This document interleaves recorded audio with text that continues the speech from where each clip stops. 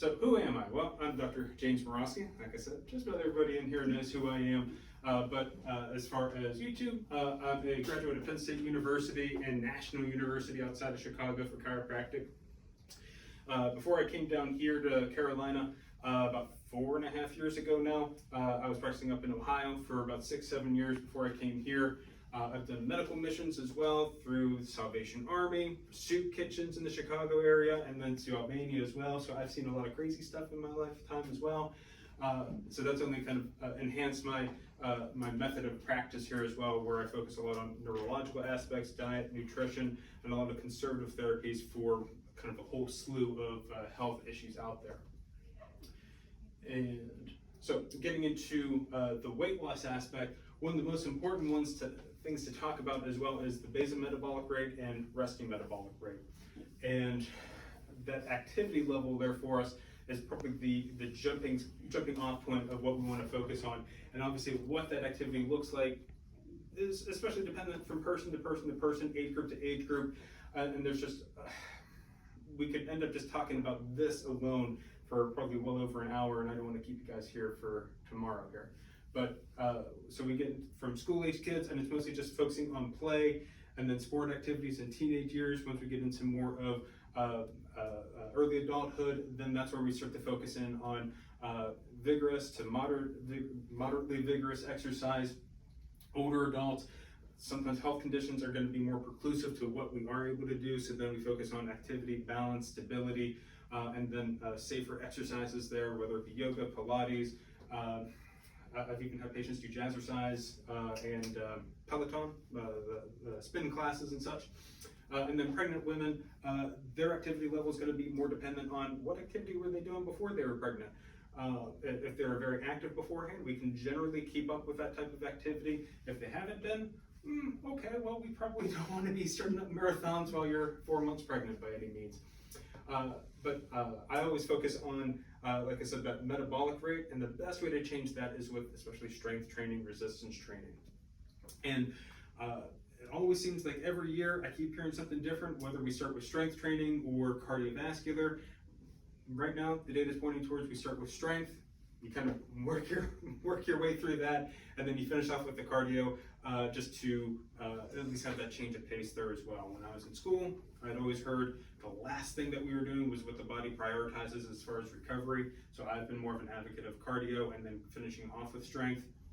As long as you're doing strength, I think we're probably ending up doing more good than any harm there. So I've already mentioned it. What is that basal metabolic rate? It's basically when you are at rest and not doing anything, you're just surviving, how much energy is your body expending? And there's a few factors that we can control, a few factors that we can't control. So it's dependent on obviously our weight, our height, and our age. So if everything were pretty much equal, height or weight and age. So if we had 3 individuals here that's in this photograph here that are all, I think it's 180 pounds or 180 kilograms, 180 pounds and 50 years old, but we change the height, that metabolic rate goes down the shorter somebody is. So they're going to have a lot more fat tissue compared to more lean muscle. So we want to be focusing more on that muscular aspect to increase that metabolic rate. The more energy that you're using in your day-to-day life, the more likely you're going to keep weight off there as well. So that muscle mass is what we want to focus in on to help burn fat in particular. So like I said, more muscle is more energy that's needed. So the example that I've always talked about is Michael Phelps. I don't think anybody in this room is going to be having his training regimen, but just with how intense his training regimen was, he was able to maintain that body with a 10,000 calorie diet.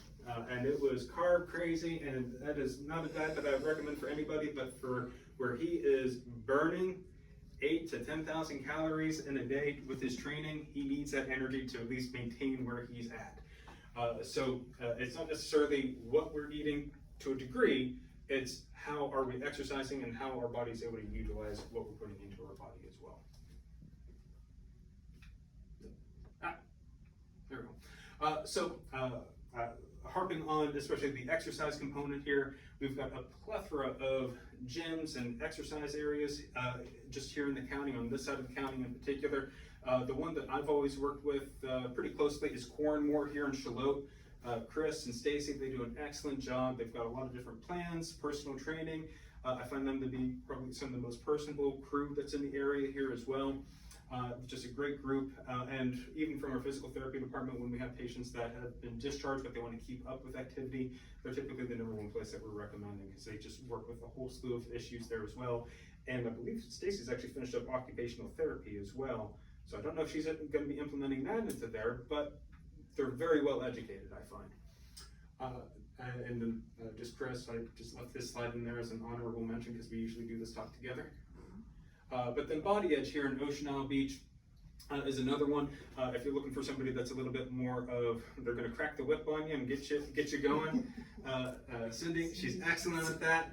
They've certainly got a lot of amenities there as well. So they're another group that we'll work very closely with. And then obviously the new team in town here is Planet Fitness. It's competing against TrueFit.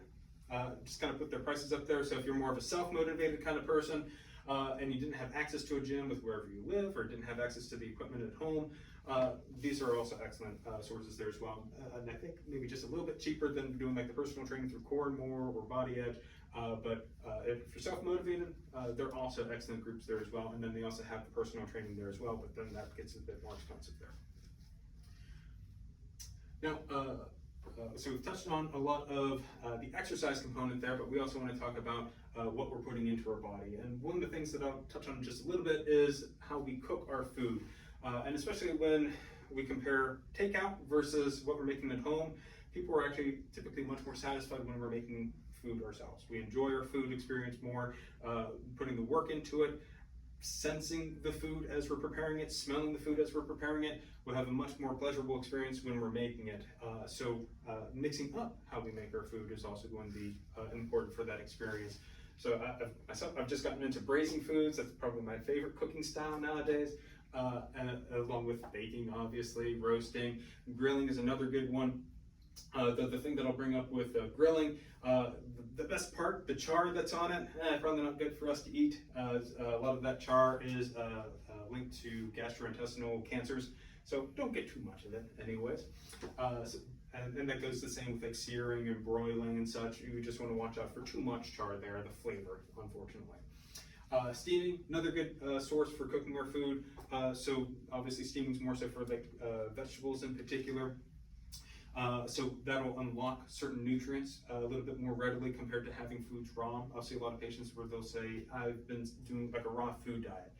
You'll get a lot of fiber that way, you'll get full, but you're actually not getting a whole lot of nutrition that way because our body can't break down the cell walls nearly as well. But destroying it with steam, that's steam or boiling, that's going to be a good way to unlock a few minerals there as well. Obviously you'll destroy a few with the cooking process there, so mixing it up is where that's going to be ideal for us. And then saute, stir fry at the bottom there. That's just kind of that low and slow cooking method, and we want to use the right oils for that. That's where like avocado oil, coconut oils tend to be the ones that I'll recommend most often. It's because they'll have a high smoke point. They won't have that burning effect. They are not polyunsaturated fatty acids to where we worry about them converting to trans fat and then that being packed onto our body. Olive oil, generally really a good oil to use, but you have to keep it at a low temperature, otherwise it does smoke and then it leads into the same issues down the road. So it's typically more of a room temperature oil is what I'll recommend it for. Salads and such is what I'll usually use it for. But things like vegetable oil, corn oil, canola, I'll tend to avoid those just flat out. Vegetable oils like that, just because once they start to get cooked, they'll convert over to the trans fats, and now we're worrying about trans fats in our circulatory system. And then worrying about heart disease and such. Can I ask a quick question? Sure. Pressure cooker, Instant Pot. Where does that fall? I typically still put that in along with like the steaming aspect more often. Obviously, it's just changing the pressure so it cooks a little faster. I did put up air frying as well. I know like Chris Private, he loves air frying. He air fries everything as much as he can, and it's obviously less oil that we're putting in. It's usually only like a tablespoon, I think is what it is. So obviously it's not a deep fry aspect, so you still get a lot of the kind of crispy aspect to it. But again, we just want to watch the oils that we're using that way. Any other questions? Now, as far as the dieting aspect, this is always a question that we come into. What diet do I need to do to start losing weight here as well? So we talked about that basal metabolic rate. So then the obvious one is, okay, we've been talking about calories. Let's reduce calories. If we start subtracting even 500 calories per day for a patient, so we end up losing about 3,500 or so, rough estimates there for an average male, that would equal to about 1 pound of weight loss per week. But the question is that only going to be fat?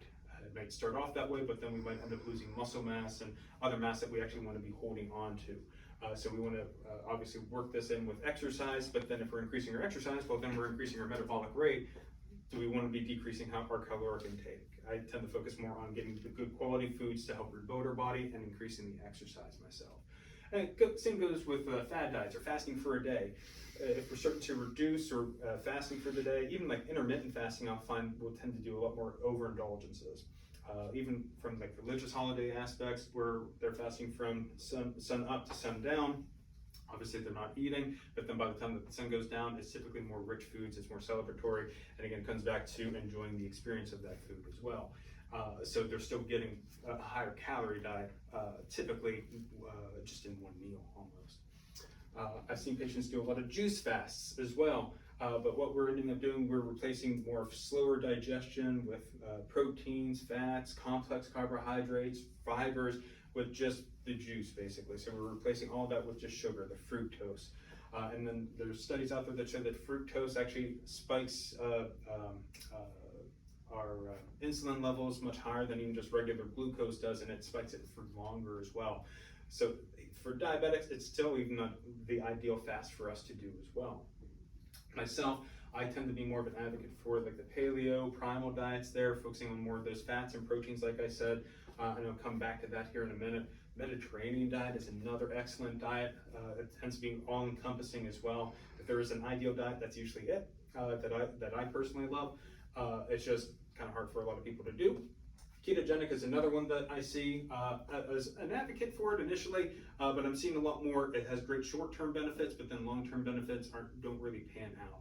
So the only time that I tend to go more towards ketogenic are those with neurodegenerative issues, and I really need a lot more fat in the diet to help heal the brain. And then for those patients, I still switch them to paleo diet down the road. But that's not necessarily weight loss related. That's more of issue related and health relationship. And a lot of the dietary aspects that I'll focus on, they also focus on inflammation. We need to focus on inflammation. That's always that hidden killer as far as what prevents that weight loss there for us. Now, and just as a quick graphic, just the evolution of the food pyramid here. We had the classic one that I grew up with, and I think most people grew up with, where there's like 9 to 11 servings of grains in a day, which is ridiculous. Lots of vegetables, just a bit of meat, dairy, fish, and then limiting sugars and oils. Then we saw the food pyramid come around early on, I think in Bush's era, where they switched it to that weird pyramid that I'm like, I have no idea what's going on with that. Then we had the My Plate, which was at least, okay, we focus on all these foods, but all these foods don't necessarily work out for everybody. Probably one of the better ones that I'll see is the upgraded food pyramid that you'll see in a lot of health circles, where lots of water, get a lot of water, half your body weight in ounces per water per day. So like if somebody were 200 pounds, they're getting about 100 ounces of water in a day. Somebody that's larger needs more water to improve that circulation compared to somebody that's 100 pounds, for example. We want to focus on getting twice as many vegetables as fruits, getting, again, a lot of more of the minerals, vitamins, preparing them differently as well. Typically with fruits, we're usually not cooking them, so it's usually going to be more the fibrous aspect there. With vegetables, we'll have a lot more flexibility with it. Focusing on those proteins, get more regenerative properties from those proteins, and then healthy fats as well. And then actually limiting grains, because they tend to be more the things that we'll overindulge in, and we tend to have a lot more inflammation to them compared to things that are more protein based. Portion control is the other thing that we also run into a problem with. We overeat, we fill up our plate. We've all run into that. You've got to finish your food that's on your plate. There are starving kids in Africa. That's a horrible mentality. We now have just trained all of our children to just eat everything that's on our plate, and then maybe go for seconds as well. So if we actually focus even shrinking that size of that plate, even just psychologically filling up the plate, but it's with less food, and eating it more slowly there as well will actually neurologically eat less of that food as well, but still actually get all the nutrition and benefits from it. And then if needed, that's where things like healthier snacks or in between meals come in. I mean, we're in the South, that's where we have dinner and supper. So get that breakfast, brunch, lunch, dinner, and supper. Now the other considerations here, again, we're highlighting them just a little bit here.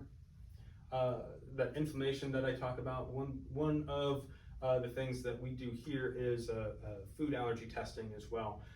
So we have our FIT test here that measures over 100 different types of food allergies that patients can have.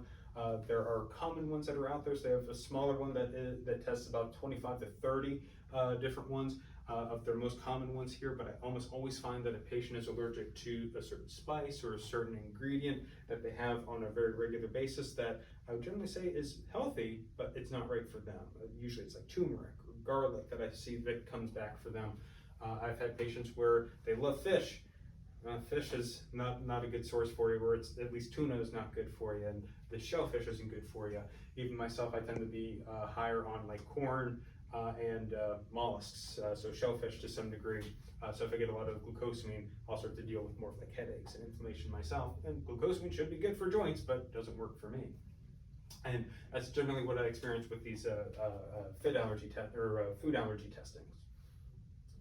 So what is it looking for? So basically what we end up seeing is with food allergies, they'll start to break down our intestinal wall actually. They'll start to stimulate that immune system and they'll break down our microvilli, these kind of hair-like structures that are on the inside of our intestines. And then it starts to form these gaps to where actual whole food particles will actually pass through the intestines, and then the body, being intelligently designed but also stupid at the same time, it's going to recognize that as a foreign invader, and it's going to trigger the immune system to attack that, and it's going to remember that. So then that's where your body's going to start to remember all these amino acids and proteins and actual whole structures are allergens. That's leaky gut. Is that leaky gut? Yeah, exactly. And so what we want to do, we want to start to limit what's causing this effect here. So that's where that food allergy will find those things that are actually breaking down those intestinal walls there for us. Avoid them, allow that healing to take place. Usually on its own, it takes a little bit longer, but then we've also got supplements and such that help speed up that process, that build up the intestinal wall. Even like L-glutamine tends to be one of the top supplements that I'll recommend to help build up the intestinal wall. But then even with these inflammatory markers there as well, that's what leads into toxins as well. All those toxins, the way that our body is going to respond to that is by storing it into fat. And then once you start to break down fat, it releases those toxins, and then it releases that immune response, and then it triggers that response to where you'll bounce back and forth between weight loss, and then all of a sudden you're gaining weight again. So doing cleanses will help us eliminate those toxins there as well. So get rid of the stuff that's in the body there. And the 9 most common ones we'll see are not in any particular order: milk, peanuts, and almonds or tree nuts. Eggs, particularly like the white of eggs, it will be the most allergic part there, but I have seen egg yolk. Soy products, so soy lecithin, which is in everything, can also be an allergy for patients.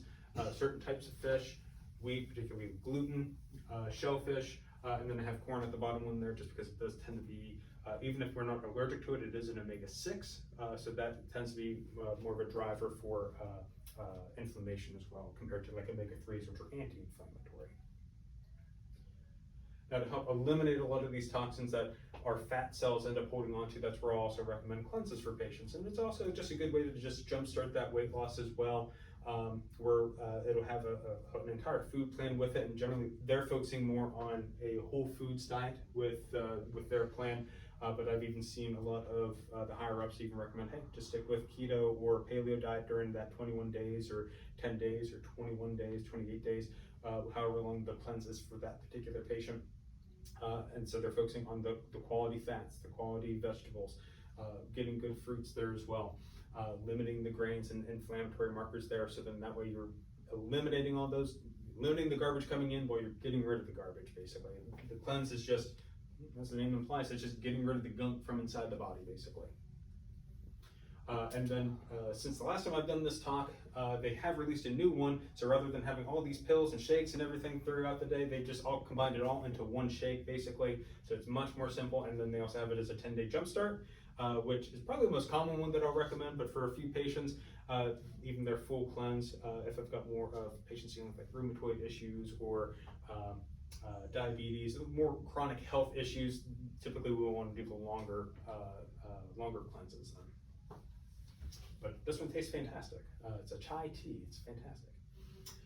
Now, also a few books that you can get into the diet aspect. Like I said, I tend to focus more on the paleo, Mediterranean, keto types of diets there. But I've also seen a lot of people go more towards vegetarian, vegan. I tend to shy away, especially from vegan, just because it'll tend to lead into more endocrine issues. We'll see with that lack of dietary fat and potentially lacking amino acids if we're not supplementing properly. We'll see, like I said, endocrine issues coming in. More commonly, thyroid issues are what I'll see, adrenal issues are what I'll see, so more of sleep disruptions. We could potentially see more neurotic behavior as far as like depression and such there as well. But for some patients, this is still the right path for them. We're going more towards vegetarian and vegan. If they have been very indulgent all their lives, they just can't really resist kind of fattier foods, and it just is packing on the pounds. Switching up that diet, going kind of almost 180 there, that's where this can come into effect. And actually, one of my little anecdotes that I'll tell patients is one of my old colleagues, he read the China study.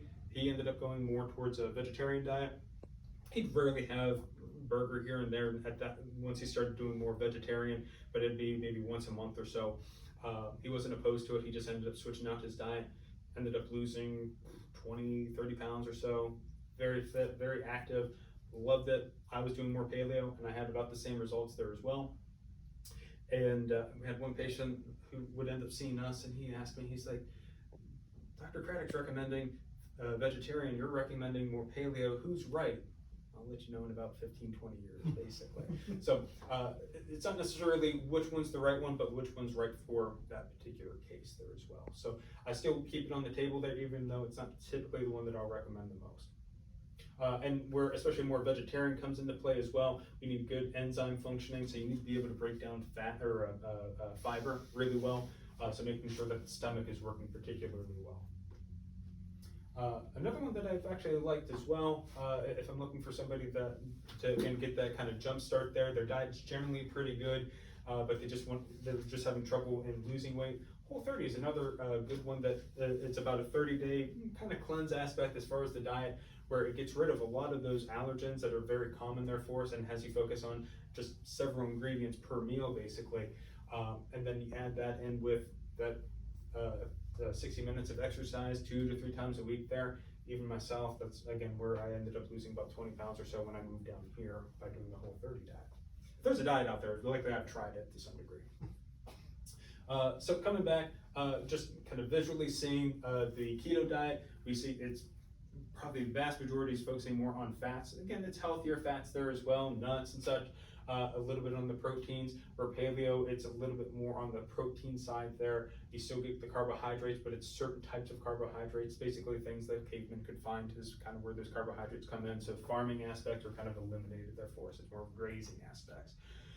With this, again, we need to make sure that your stomach's working well. So somebody that is on antacids, we need to actually potentially bump up how acidic their stomach is, so that way they're breaking down those proteins, but especially I need to make sure that their gallbladder, liver, they're working well too. And then a few other things that are often overlooked with that lack of weight loss: poor sleep. Multiple studies show that people that are getting a lack of sleep, and they've even studied where people are getting 5 hours of sleep at night, over 5 days they gain 2 pounds with no other changes in their diet or lifestyle. And then if you also think about it, less sleep means that we're releasing more ghrelin, a neurotransmitter that stimulates the brain saying, hey, we're hungry. If you're awake more, you're more likely to be aware that your stomach is empty, so that's going to tell you, hey, we need to eat. And if you're eating more, leptin would end up coming in telling us that we're actually full. So if you have that empty stomach, you're not releasing leptin, so you're not satisfied anymore. So you're eating more, you have more time to actually eat. And then stress, that's another thing. Cortisol, you're going to pack on pounds there as well, especially if it's chronic stress. Your body's going to interpret this as we need to store as much energy for the future as we can. So with that prolonged cortisol, we'll start packing on the pounds there as well. And then we're also going to start looking for kind of cheap ways of getting energy back. So it's going to be sugars, it's going to be carbohydrates, it's going to be sodas. So we're going to see a lot of energy drinks certainly come in there as well, and just throw fuel on the fire, basically. It doesn't make anything better there for us. So especially where chiropractic ends up coming in, so obviously we're well trained in getting patients to sleep better, especially if they're having pain, whether it be as they're increasing exercise or they have a pain that's there that's preventing them from sleeping, and then that's putting on the pounds chronically. Then obviously we're helping out with more mechanistic reasons for sleep disruption.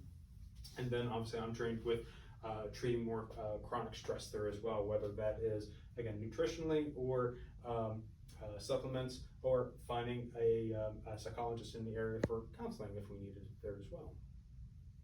So the 4 big pillars to that weight loss and better fitness as well is that quality food, making sure you know where your food's coming from. In particular, we've got actually quite a bit of good resources in the area, especially with like heritage farms here up in Supply. They've got excellent sources for local fruits, vegetables, and meats as well. And then we want to stay active and stay consistently active. That's always the key there for us. Getting good sleep habits, having better stress management, that's going to help us keep that pain off, and that's where the chiropractic is kind of bringing this whole together there for us as well. And any questions? Easy peasy, excellent. I love when it's just such a simple. So There we go. your process, Dr.